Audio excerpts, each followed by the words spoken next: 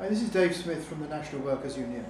Just really with an update on the applications for recognition that the union has made and some interesting observations and comments that can be made as a result of them. The first is National Non-Destructive Testers. This is a company where the union has probably more than just over 60% of the workers in membership. And interestingly enough, when the employers have sent back their response to the recognition board, they have suddenly claimed that almost 30% of the workers in the bargaining unit we're likely to be establishing are casual workers. Well, I have to say that's news to the union, and obviously is one of the very first things that the union is going to want to address when we get recognition. We need to ensure that there's job security and permanent employment. But it's interesting the way in which employers suddenly discover that they have casual workers in an attempt to make sure that you don't have enough workers within the bargaining unit to get recognition. The second one also raises some interesting questions of a slightly different nature, and this is the application we made at National Petroleum, which is a state enterprise.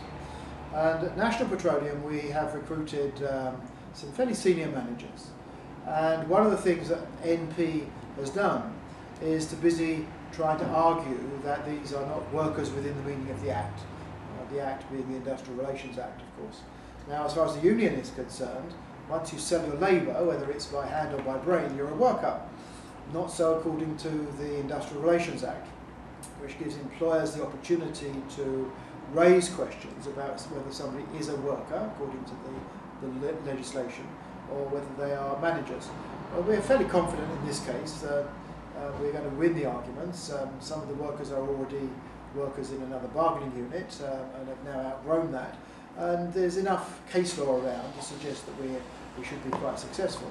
But it's interesting the way in which in both of these examples employers have used different tactics to try and resist what the Constitution says is the right of assembly and the right of free association, and what the Industrial Relations Act talks about in terms of promoting good industrial relations, and what the ILO conventions say in respect of the right to collective bargaining, which of course Trinidad and Tobago has ratified.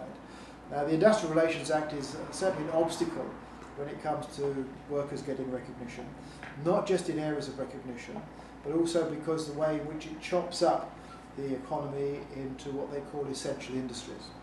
Once a union has a bargaining unit in one essential industry, it cannot get one in another essential industry.